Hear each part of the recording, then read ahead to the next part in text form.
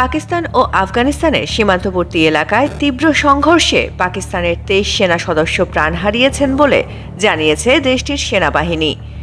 একই সঙ্গে পাল্টা হামলায় কমপক্ষে 200 তালেবান এবং সংশ্লিষ্ট জঙ্গি নিহত হয়েছে বলেও দাবি করা হয়।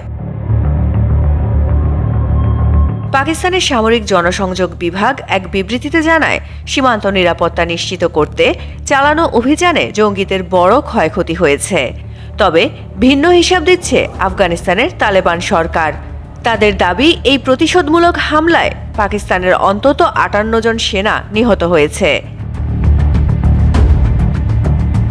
তালেবান মুখপাত্রের ভাষ্য অনুযায়ী পাকিস্তানের উত্তরাঞ্চলের পার্বত্য এলাকায় একযোগে হামলা চালানো হয়। এর আগে 9 অক্টোবর কাবুলে পাকিস্তান সামরিক হামলা চালায় বলে অভিযোগ করেছিল আফগান কর্তৃপক্ষ। তাদের দাবি, কাবুল শহর ও পূর্বাঞ্চলের এক বাজার এলাকায় বোমাবর্ষণ করা হয়েছিল। যদিও পাকিস্তান এসব হামলার দায় অস্বীকার করেছে, তবে অতীতেও আফগান ভূখণ্ডে জঙ্গিদের বিরুদ্ধে অভিযান চালানোর নজির রয়েছে তাদের। এসব হামলা সাধারণত দুর্গম ও সীমান্তবর্তী পাহাড়ি এলাকায় সংঘটিত হয়, যেগুলোকে তারা সশস্ত্র গোষ্ঠীর আশ্রয়স্থল বলে দাবি করে।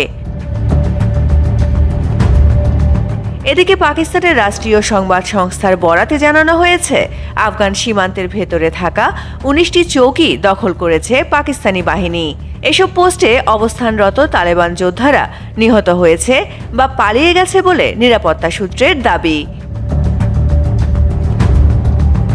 MCTV US।